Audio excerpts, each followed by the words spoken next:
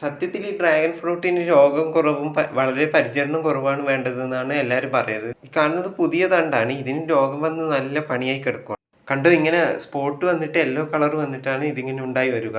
വന്നു കഴിഞ്ഞാൽ പിന്നെ ഒരു രക്ഷയുമില്ല. എല്ലാ പ്ലാന്റ്സിനും ഇത് ബാധിക്കും. രോഗം ഇങ്ങനെ എല്ലാത്തിനും ഇപ്പൊ പടർന്നു കിടക്കുവാണ്.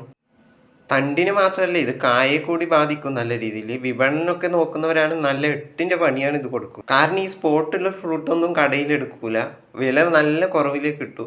ഇതിന് കാരണം ഈ ചോണൻ ഉറുമ്പുകളാണെന്ന് പറയപ്പെടുന്നുണ്ട്. എത്രത്തോളം ശരിയാണെന്ന് അറിയില്ല. ഇതിനുള്ള ഒരു പരിഹാരം എന്താണെന്ന് വെച്ചാൽ ഈ രോഗം ബാധിച്ച തണ്ടുകളെല്ലാം കട്ട് ചെയ്ത് ഒഴിവാക്കി മാറ്റുക. സാഫ് അതുപോലെ ഏതെങ്കിലും ഫംഗിസൈഡും അതുപോലെ ഒരു ഇൻസെക്ടിസൈഡും വെച്ചിട്ട് സ്പ്രേ ചെയ്തിട്ട് നമുക്കിത് കൊടുക്കണം. ഇത് സീസൺ തുടങ്ങുന്നതിന് മുന്നേ ഇത് ചെയ്താൽ വളരെ നല്ലതാണ്. ഇങ്ങനെ ചെയ്താൽ ഒരു പരിധിവരെ ഇതിനെ കൺട്രോൾ ചെയ്ത് നമുക്ക് നിർത്താം. വേപ്പെണ്ണ മിശ്രിതം ഇതിന് നല്ല റിസൾട്ട് ഉണ്ടാവുമെന്ന് പറയുന്നത് കേട്ടിട്ടുണ്ട്. അതുപോലെ ഉറുമ്പിനെ ഉറപ്പായും തുരുത്തണം. ഒന്നും നോക്കണ്ട, ആ കായും കൂടി അങ്ങ് കട്ട് ചെയ്ത് ഒഴിവാക്കുക. അതല്ലാതെ വേറെ വഴിയില്ല. എല്ലാ ചെടിക്കും അതിൻ്റെതായ പരിചരണവും രോഗവും ഒക്കെ ഉണ്ടാവും. ഇതിനും അതുപോലൊക്കെ തന്നെയാണ്. നമ്മുടെ ഇതിൻ്റെ പ്ലാന്റ്സ് ഒക്കെ ഒരു നഴ്സറിയിൽ നിന്നാണ് വാങ്ങിയത്. നമുക്ക് അന്ന് അറിയില്ലായിരുന്നു ഇതിൻ്റെ ഇതൊക്കെ. പിന്നെ നമ്മൾ പ്ലാന്റ് ചെയ്തതിന് ശേഷമാണ് ഇതിൻ്റെ അബദ്ധങ്ങളൊക്കെ മനസ്സിലായത്. എനിക്ക് പറയാനുള്ള ഒരു കാര്യം എന്ന് വെച്ചാൽ നമ്മൾ അറിഞ്ഞുകൊണ്ട് ആരെയും പറ്റിക്കാതിരിക്കുക.